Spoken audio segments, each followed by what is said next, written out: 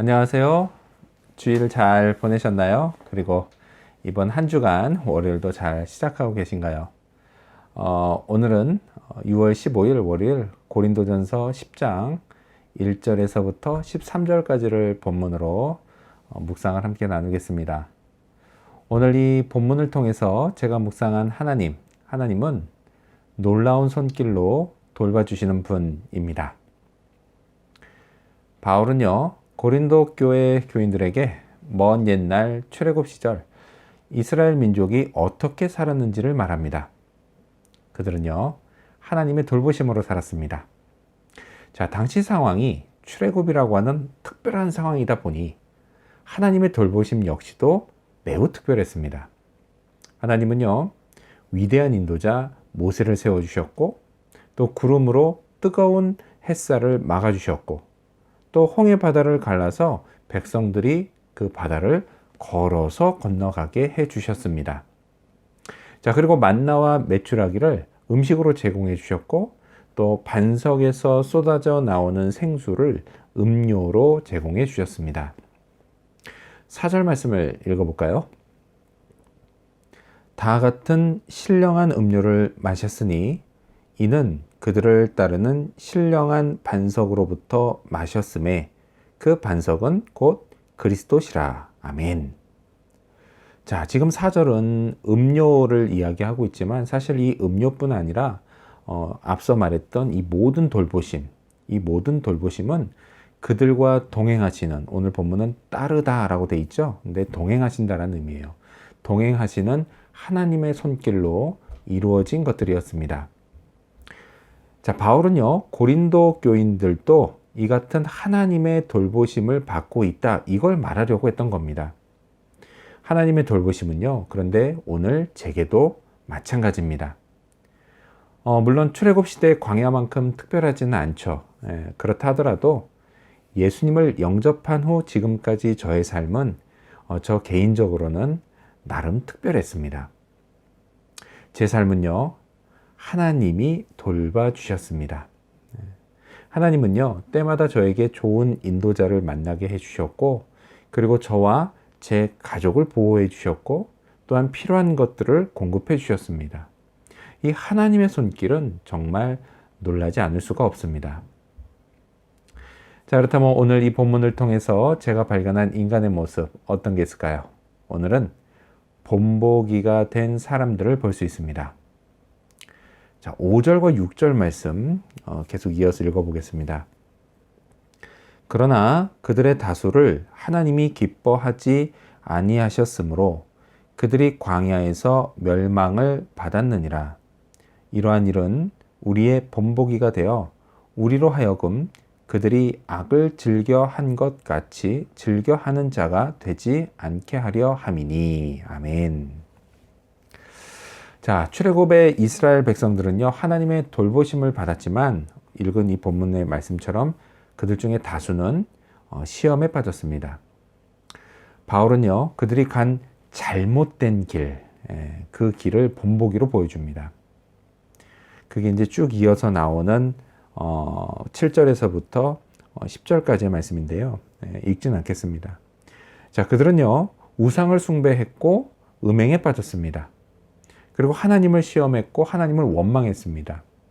그리고 그 결과는 뭐예요? 멸망이었습니다. 가나안 땅에 이르기 전에 그 다수의 사람들, 하나님이 기뻐하지 않은 그 사람들은 광야에서 죽고 말았습니다. 그리고 그들로 끝난 게 아니에요, 이 고생은.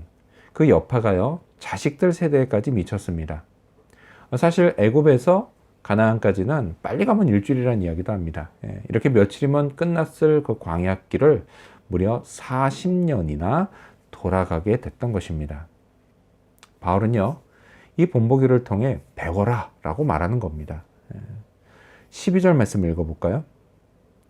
그런즉 선줄로 생각하는 자는 넘어질까 조심하라. 아멘.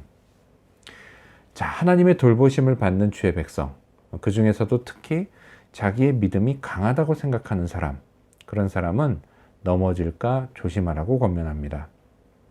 자, 제 자신을 봐도 그렇지만요, 그 돌보심, 하나님의 돌보심에 감사하면서 오직 하나님께만 순종하는 삶, 이걸 유지하기가 이게 매우 어렵습니다. 하나님이 아닌 다른 것에 눈길이 가기도 하고요. 그리고 그것에 연연해서 하나님을 원망하다가 낭패를 보게 됩니다. 다행히요, 하나님은 징계를 통해서라도 저를 붙들어 주려고 하십니다. 제가 다시 하나님만 의지하게 하십니다.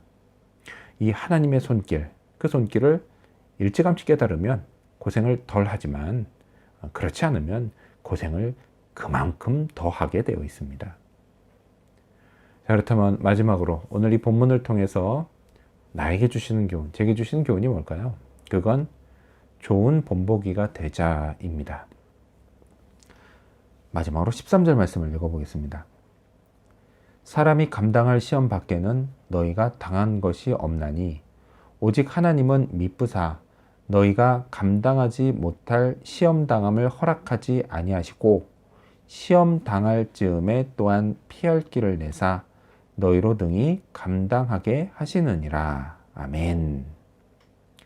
넘어지지 않도록요 하나님이 도와주십니다. 인생 중에 시험을 만나는 건요 어쩔 수가 없습니다. 오늘 이 13절에서 이야기하는 시험 두 가지 의미가 있어요.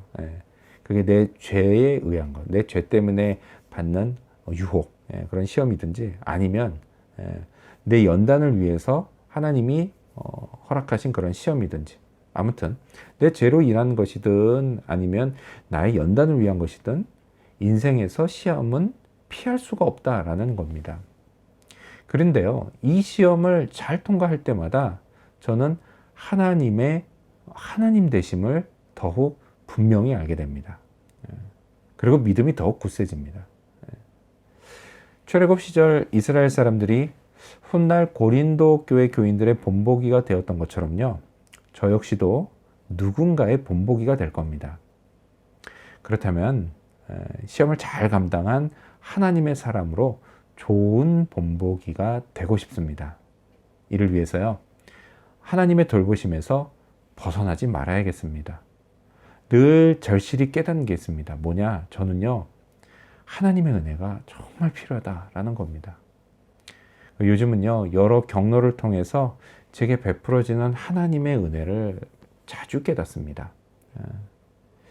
정말 감사하지 않을 수 없는 하나님의 은혜. 미쁘신 하나님은 제게 변함이 없으십니다. 그래서 저도요, 하나님께 변함이 없는 사람이 됐으면 좋겠습니다. 호흡이 다하는 그날까지 주의 돌보심 가운데 저의 인생길을 잘 걸어가고 싶습니다. 그렇게 오늘도요, 하나님의 돌보심 안에 하나님을 의지하며 걸어가는 그런 하루가 되기를 소망합니다. 기도하겠습니다. 놀라운 손길로 돌봐주시는 하나님 감사합니다. 하나님, 늘 그 하나님만 바라보고 걸어가야 되는데 살다 보면 감사하기는커녕 오히려 교만해지고 또 하나님께 원망하고 불평할 때가 있다는 것 회개하며 고백합니다. 하나님, 그러하기에 나를 돌봐주시는 하나님, 그 하나님만 바라보게 도와주시고 또 하나님 의지하고 하나님 붙듦으로 내가 인생 가운데 만나게 되는 다양한 시험들, 주님 그 시험들을 잘 감당하고 잘 통과할 수 있도록 도와주시옵소서. 그때마다 더욱 돌봐주시고 함께 하시며 은혜 베푸신 하나님 더욱 분명히 알아가는 축복이 있다는 걸 알기에 주님을 의지하며 어떠한 시험이든 잘 감당하고 살아가게 도와주시옵소서. 내 호흡이 다하는 그날 내가 주님 만나고 주님께 칭찬을 듣는 그날을 늘 꿈꾸고 소망합니다. 그러기에 오늘 나의 인생의 길이 돌보시는 하나님의 그 손길 의지하며 걸어가는 그런 인생길이 되도록 도와주시옵소서. 감사드리오며 살아계신 예수님의 이름으로 기도합니다. 아멘.